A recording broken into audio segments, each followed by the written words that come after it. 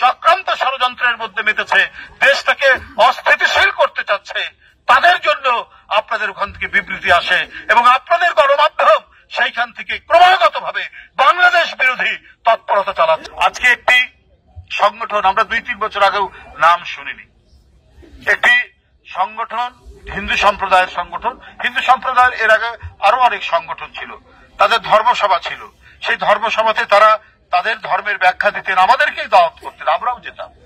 বিভিন্ন শহরে যেখানে আমরা গেছি সেখানে যদি কোনো অনুষ্ঠান থাকে আমরা দাওয়াত পেয়েছি, গেছি। কিন্তু এখন একটি সংগঠন হঠাৎ করে তারা দেখছি যে একেবারেই খুবই বিপ্লবী হয়ে পড়েছে, আজকে মিছিল করে, কালকে প্রতিবাদ করে, রাস্তায় অবরোধ করে। এর কারণ কি? এর কারণ তো আমরা দেখতে পাচ্ছি না, কোনো বুঝতে পারছি না এটা কি উদ্দেশ্যে তারা এটা করছে।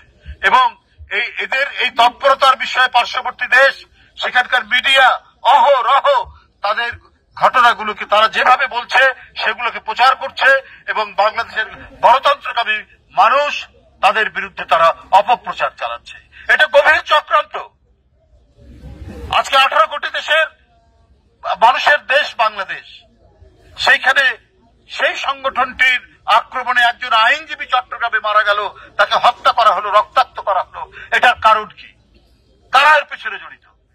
আবার আমরা দেখতে পাচ্ছি ভারতের পররাষ্ট্র দপ্তর বাংলাদেশে সংখ্যালঘুদের উপর অত্যাচার হচ্ছে বলে তারা সেখান থেকে বিবৃতি দিচ্ছেন এবং একজন ব্যক্তির রহস্যজনক আচরণ, এই কারণে সরকার তাকে গ্রেপ্তার করেছে চিন্ময় নামে।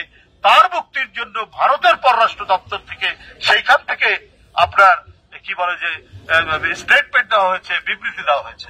কই আপনারা তো দিলেন না যখন শিশু বাচ্চা মুগ্ধকে হত্যা করা হলো, যখন আবু সাইদ রংপুর বেগম রোকেয়া বিশ্ববিদ্যালয়ের সেই তরুণ ইংরেজিতে পড়া ছেলেকে হত্যা করা হলো।